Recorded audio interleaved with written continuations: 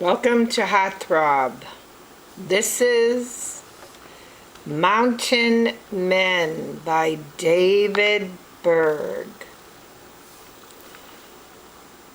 Psalm 34, relating to an incident where some of the children of God were arrested by police for merely witnessing to groups of kids who gathered around them during a frontier celebration in the Rio Grande Valley of Texas across the border from Mexico.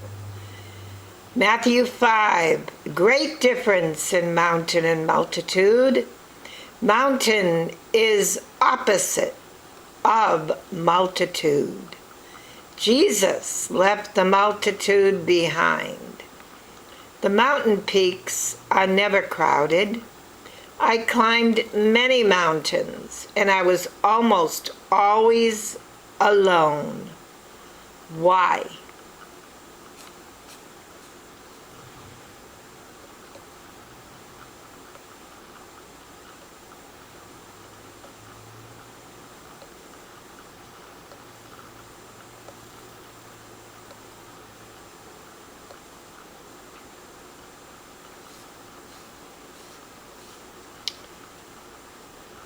Well, it's hard work. It's very hard work. Not very many people desire to climb mountains. It's very lonesome. You have to forsake all to do it. It's apt to cost your life. Lots of scratches and bumps. Long after the valley was in darkness, I could still see the sun.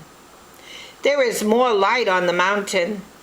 The valley is almost always dark, full of people and things, but usually in darkness. The mountain is windy and cold, but thrilling.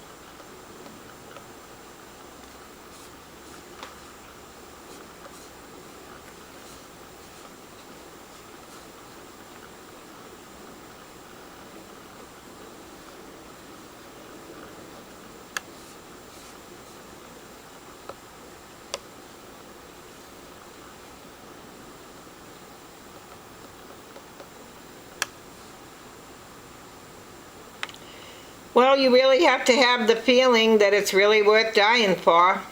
Any mountain. The mountain of this life, the mountain of accomplishment, the mountain of obstacles, of difficulties. If you're going to climb them, they have to be worth dying for. To brave wind and cold and storm, symbolic of the adversities. But on the mount alone, you feel so close to the Lord. The voice of His Spirit is so loud, it's almost like it's thundering. The voice of the multitude is so loud in the valley, you cannot even hear the voice of God. The silence on the mountain peak is deafening. You get a real high on top of a mountain. It's a thrill. It's almost terrifying. Of course, it's extremely dangerous. You're never so near the abyss as you are when you're on the brink.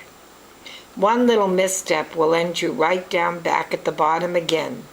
You'll hit bottom so hard. Strange thing about mountain climbing, one reason that it's so dangerous is it's much easier to climb up than back down. Once you're up, you may never get back. One of the prices you pay for climbing mountains. Most mountain climbers who were lost in the descent because when you are climbing up, you can see where you're going. But when you're going back down, you cannot see anything. How many people who go back really see what they're getting into? Well, they think they're getting back into the easy way, but they never realize what they're getting into by going back. A terrible letdown. You have a peculiar feeling like you don't want to leave the mountain. There's no inspiration to going back down. Whereas there is a certain drive, almost a spiritual thing going up. You'll risk anything. But going down, no inspiration, no goal, no accomplishment. You're just sliding back down into the slough, back into the morass of humanity and the mire of the multitude. Only pioneers climb mountains, people who want to do something that no one ever did before, people who want to get above the multitude, beyond everything that has already been done and accomplished. Pioneers must have vision to see what no one else can see, faith to believe things no one else believes, initiative to be the first one to try it, courage, the guts to see it through. But on the mountain, you are the first to see the sun rise and the last to see it set. You see the full circle of God's glorious creation in its proper perspective, with range after range to be conquered, and the world beyond and the horizon of normal men, a world beyond their vision and their horizon. You see distant peaks yet to be climbed, and you see valleys yet to be crossed. You see things that the men in the valleys can never see, can't even comprehend, because they can't see it. And you can see the 360-degree circumference of the total horizon, the entire scope. Part 1 of Mountain Men. To be continued.